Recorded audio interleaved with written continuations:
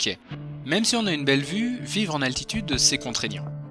Effectivement, on risque une insolation à cause de l'atmosphère plus ténue qui nous protège moins du rayonnement solaire.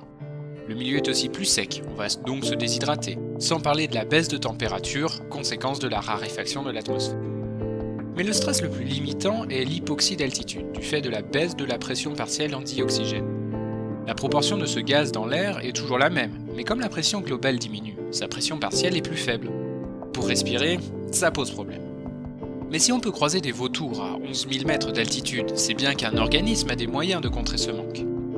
Dans un premier temps, une réponse rapide se met en place. Augmentation de la fréquence cardiaque et de l'amplitude de la respiration. Efficace à court terme, cette réponse est très coûteuse en chaleur et en énergie pour un organisme. Une réponse différée met en place des mécanismes moins coûteux. La concentration de globules rouges dans le sang augmente. L'oxygénation des cellules est donc améliorée. D'autres adaptations métaboliques sont aussi mises en place et des mécanismes d'auto-limitation visent à réduire les pertes d'énergie. Sauf qu'au bout d'un certain temps, il peut y avoir des conséquences néfastes, comme l'épaississement du sang, des troubles de la coagulation et une fonte musculaire.